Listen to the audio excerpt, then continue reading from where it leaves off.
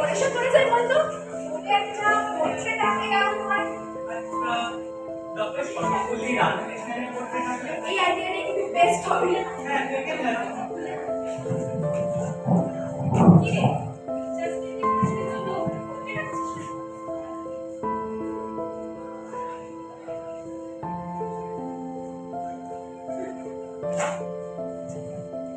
Teachers ডের কথাই যখন তুললি তখন তোদের ডক্টর সর্বপল্লী রাধাকৃষ্ণনের জীবনে একটা গল্প বলি শোন। কালকে ওনার জীবনী পড়তে গিয়ে গল্পগুলো পেয়েছি। তাহলে তো তোদের গল্প শুনতে হবে। শোন, তোরা জানিস ডক্টর সর্বপল্লী রাধাকৃষ্ণন চেয়েছিলেন তিনি পদার্থবিদ্যায় মাস্টার্স করবেন, কিন্তু তার দাদার কাছ থেকে বিনামূল্যে দর্শনের বই পাবেন বলে তিনি দর্শন নিয়ে তার পরবর্তী পড়াশোনায় এগিয়েছিলেন। কি বলছিস?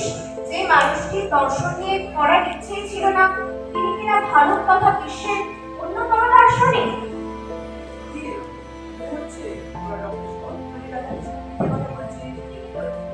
আচ্ছা, তিনি আমাদের ভারতের দ্বিতীয় রাষ্ট্রপতি ছিলেন না?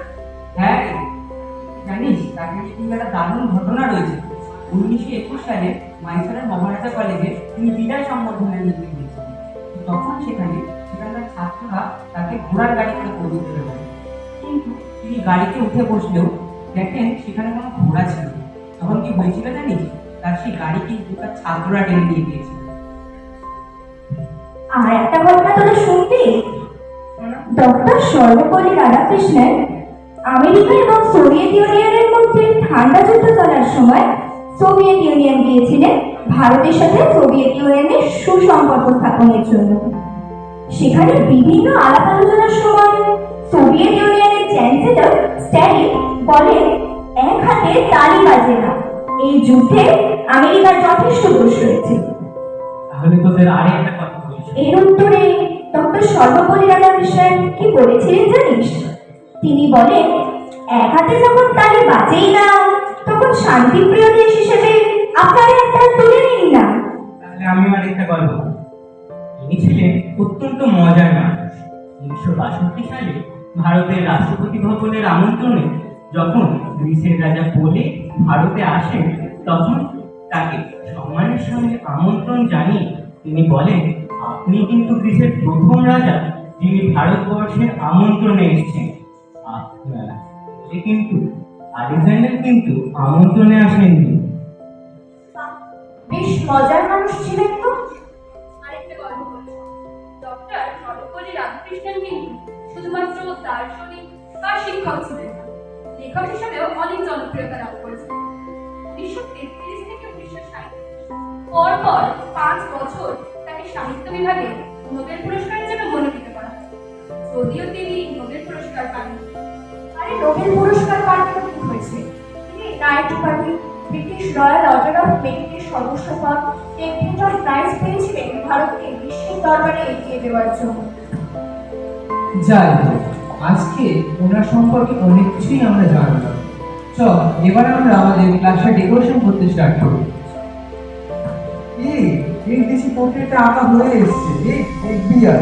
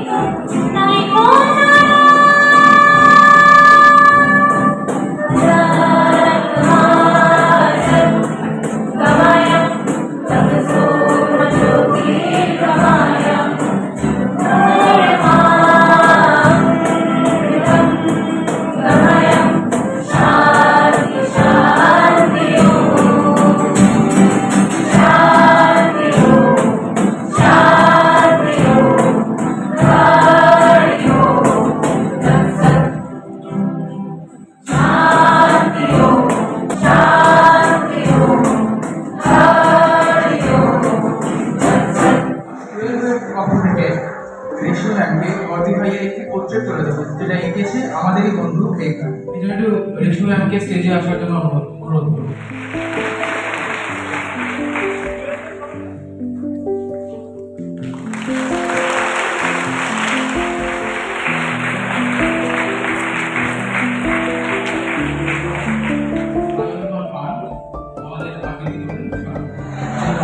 ঘোষ রবীন্দ্র রচনা বলি নবম খণ্ডকে চাপা দেওয়া একটা সুইসাইড নোট, ছেলেকে লেখা।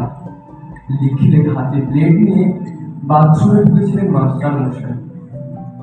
দুপুরবেলা কাজের লোক দরজার তলা দিয়ে রক্ত আসছে দেখে চিৎকার করে ওঠে। ছেলেকে লেখা এই তার প্রথম এবং শেষ চিঠি। অরণি, আমি বিশ্বাস করি সন্তান পবিত্র জলের মতো। যদিও তোমার সঙ্গে আমার সম্পর্ক ভালো নয়, তবু তোমাকেই লিখে রেখে যায়। গত 2 বছর তোমার মায়ের চিকিৎসা বাবদ আমার যৎসামান্য সঞ্চয় আপাতত নিঃশেষিত। চিকিৎসার ব্যবহার আমি আর নিতে পারছিলাম না। জীবনে তোমার টাকা ছুঁইনি, মনেও ছোঁব না। আমি আজীবন ছাত্র পড়িয়েছি, জ্ঞানত কোনো অন্যায় করিনি। গত মাসে আমার স্কুলে এক অভিভাবক এসে ছুটোছুটি করেন তার ছেলেকে নেবার জন্য। আমি প্রথম দিন ফিরিয়ে দিই, দ্বিতীয় দিন ফিরিয়ে দিই, তৃতীয় দিন পারিনি। তিনি আমাকে একটা বড় খামে 30,000 টাকা দিয়ে চলে যান।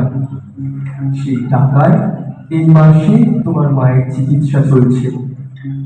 জানি না তিনি বাড়ি ফিরবেন কিনা কোনোদিন। ফিরলে বলো, পৃথিবীতে আমার বেঁচে থাকার অধিকার চলে গেছে। ইতি বাবা। যখন সারাটা দেশ দাঁড়িয়ে আছে ঘুষের টাকার উপর, তখন রবীন্দ্র রচনা বলে দিয়ে চাপা দেওয়া একটা সুইসাইড নোট। হাসপাতালে গাছের তলায় গা ছমছম করছিল। এগিয়ে গেলাম সাদা কাপড়ে ঢাকা মাস্টার মশাইয়ের দিকে। একটু পেরিয়ে থাকা পাল প্রতীকে, ওই একটু পেরিয়ে থাকা পালই যেন ভারতবর্ষের শেষ মাটি। নমস্কার।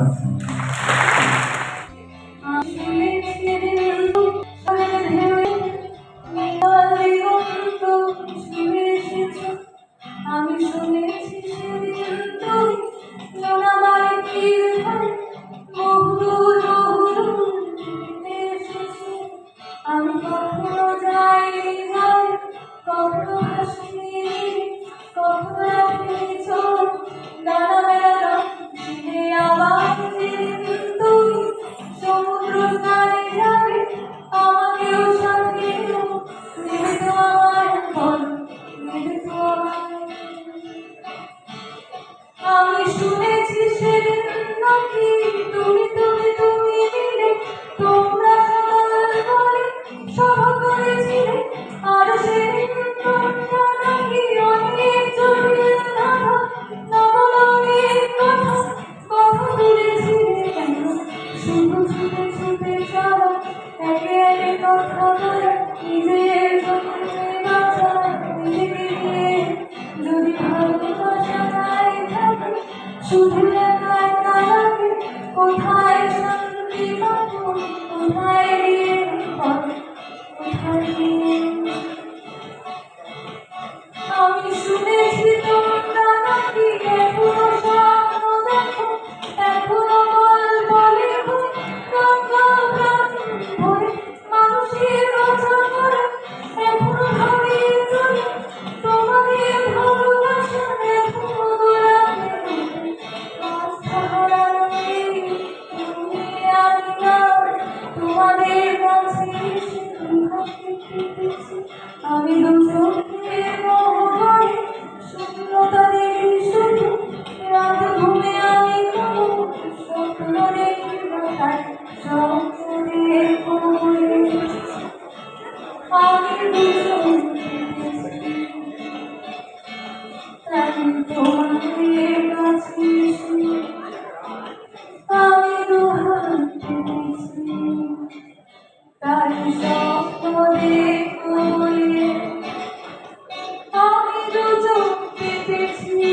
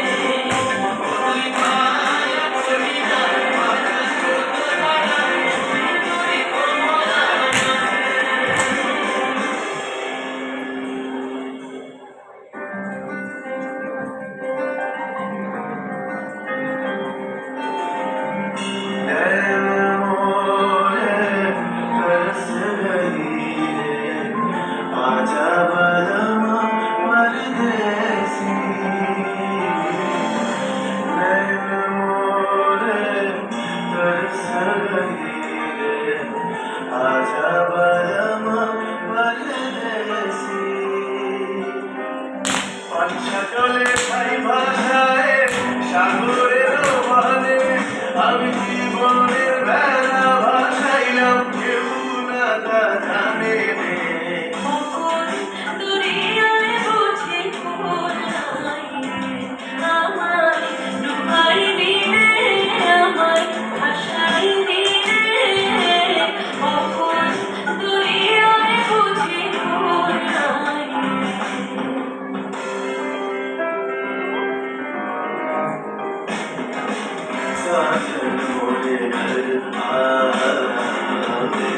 साजन मोरे घर आवे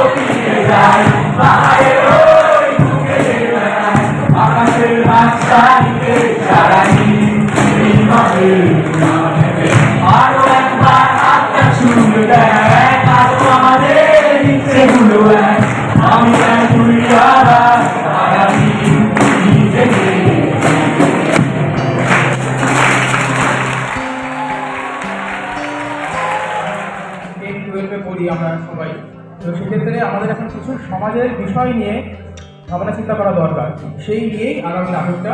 তো আমাদের সূচনা করবে তিনি এই নাটককে কেন এবং একজন আমাদের ক্লাস 12-এর বন্ধু আছে, তো আমরা তাদেরকে স্টেজে ডাকবো। নমস্কার, আমি অয়ন দে। এখন আপনারা দেখবেন আমাদের স্কুলের পড়ুয়াদের দ্বারা অনুষ্ঠিত একটি শিক্ষামূলক নাটক। এই নাটকটিতে আপনারা একটি শিক্ষা ব্যবস্থার চিত্র দেখতে পেলেও সেই তার নিরিখে আমরা তুলে ধরার চেষ্টা করেছি সমাজের কুসংস্কারের একটি দিক, জাতিভেদকে। আমরা জানি যে বর্তমানে 2024-এ দাঁড়িয়েও আমরা সকলে 24 ঘন্টা বিজ্ঞানকে ব্যবহার করি, কিন্তু এখনো বহু অঞ্চল, বহু মানুষের মনে থেকে কুসংস্কার যায়নি। তাই আমরা আমাদের নাটকের দ্বারা কুসংস্কার মুক্ত সুস্থ সমাজের বার্তায় প্রেরণ করতে চাই। আজ আমাদের পরিবেশনা মানবজাত। বসো। কি তুমি বাইরে দাঁড়িয়ে কেন? ভেতরে এসো।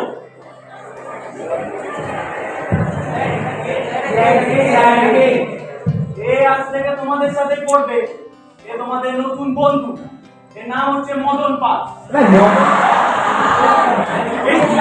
আমি তো পরিচয় আনতে ভুলে গেছি।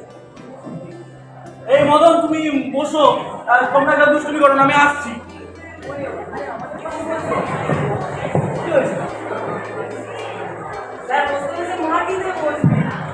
এত বড় সাহস কি করে আছে এখানে বসিস? এত বড় সাহস কি করে আছে এখানে বসে? তুই জানিস না আমরা ব্রাহ্মণ? একটা নিচে হাতের ছেলেরা ভুলবি না। ঠিকই বলেছে, ও তো মাটিতে বসা উচিত। তো আমাদের সেবক, একদম সেবা করাটাই উচিত, একদম মানতে করাটাই উচিত। যা যা বসে বস, যা বসে বস।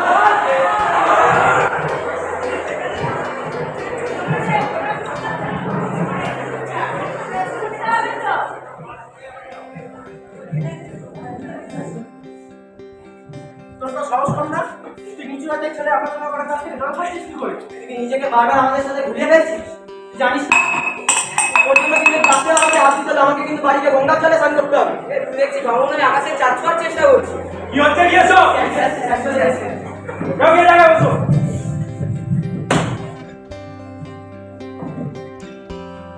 এই গ্লাসটা কে ফেলেছে? কে ফেলেছে? উত্তর কর।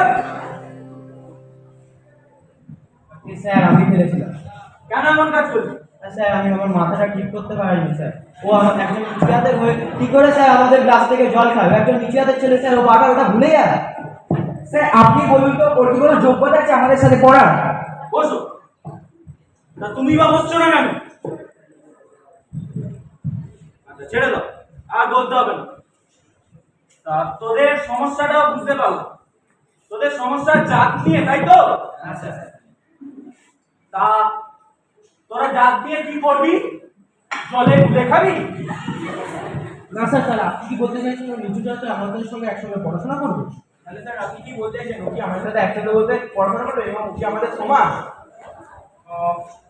সমস্যাটা না তোদের নয়, সমস্যাটা এই মানব সমাজে। স্যার আপনি কি বলতে চাইছেন একটু স্পষ্টভাবে বললে খুব ভালো হতো। ঠিক আছে, তাহলে একটা প্রশ্নই করা যাক, তাহলে সব ফ্যাসলা হয়ে যাবে। তা বলতো আমাদের ভারতীয় শাস্ত্রে কটা পুরাণ আছে?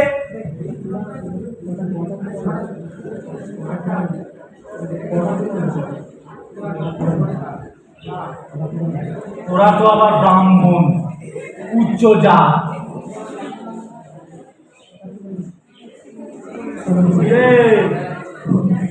বলো, কেউ পারবি না?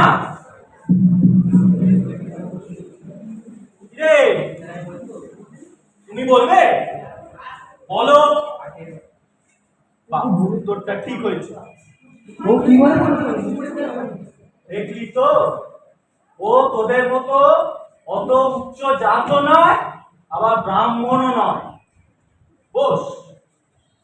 আসল জাতপাত বলে কিছু হয় না। তুইও জাত, ও তা, আমিও তাই, সবাই মানব জাত। বোঝা গেল?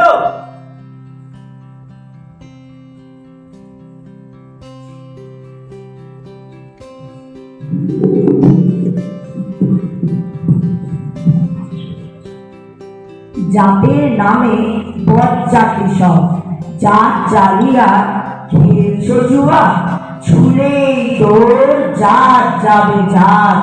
ছেলের হাতে নয়তো মোয়া।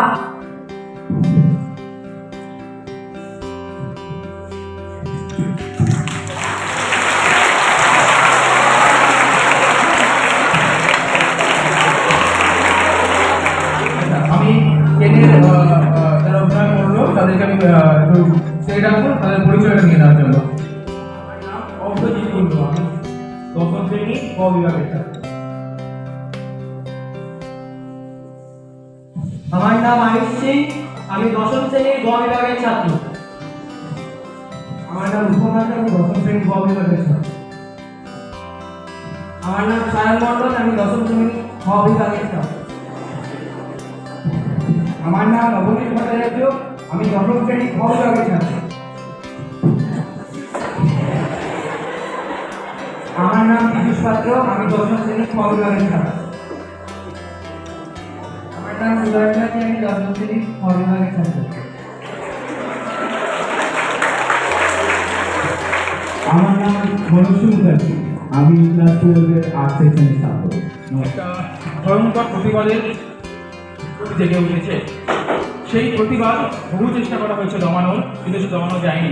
ইভেন কিছুদিন আগে আমরা আমাদের স্কুল থেকে একটি মিছিল বার করেছিলাম ম্যামেদের এবারে যেখানে আমরাও সেই দোষীদের শাস্তি দাবি করেছি। এবার আমরা ছাত্রছাত্রী আমরা আমাদের মতো করে এই প্রতিবাদ করব। আমরা নাচ, গান, আবৃত্তি এসবের মাধ্যমেই প্রতিবাদ রাখতে করবো। প্রথমে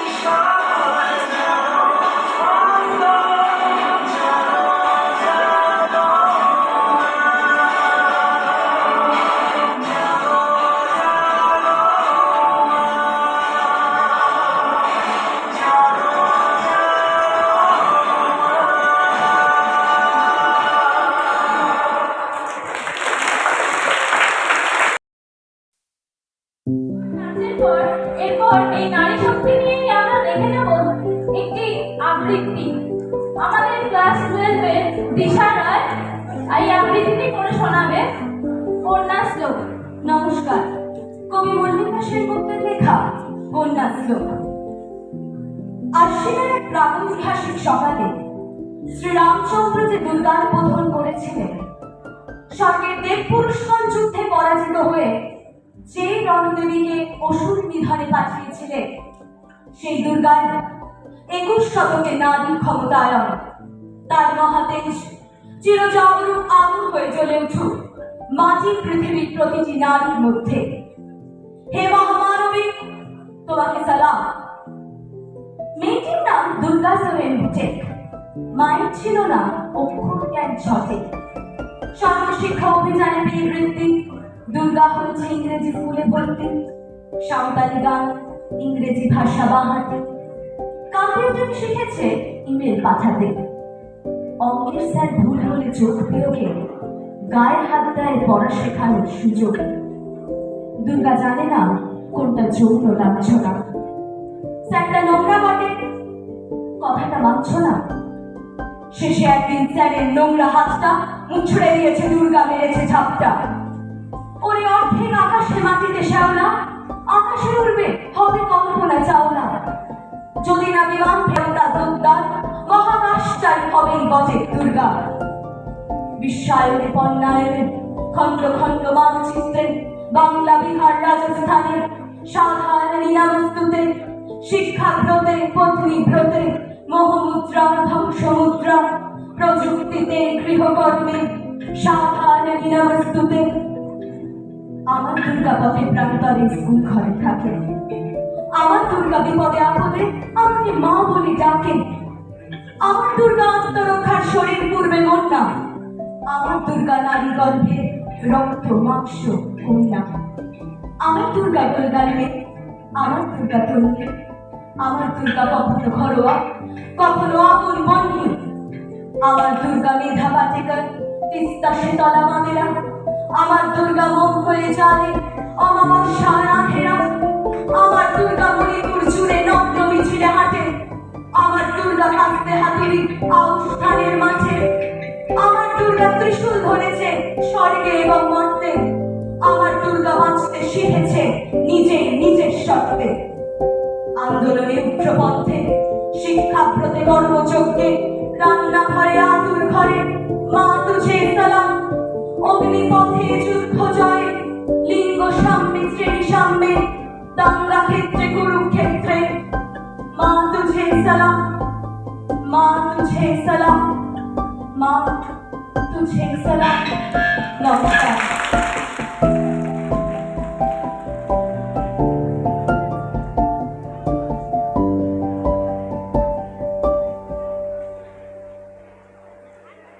আমাদের প্রতিবাদী কণ্ঠস্বর, কণ্ঠস্বরের শেষ যে নমুনা, সেটা হবে একটা গানের মাধ্যমে। আমরা এই গানটা প্রস্তুত করার জন্য খুব বেশি সময় পাইনি, তবে তাও আমরা যতটা পারবো সেটা ভালো হবে।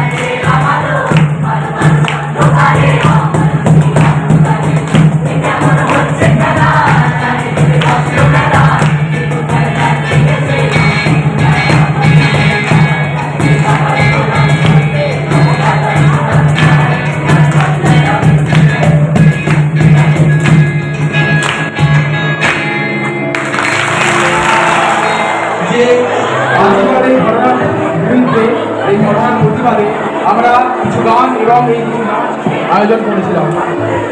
এই অনুষ্ঠান আজকে এখানে শেষ হলেও আমাদের যতগুলি কণ্ঠস্বর যেন দমে না যায়, যতই যেখানেই নৃত্য করা হয়, আমাদের যেন এই কণ্ঠস্বর দমানো না যায়, এই বলেই আজকের এই অনুষ্ঠান শেষ করছি।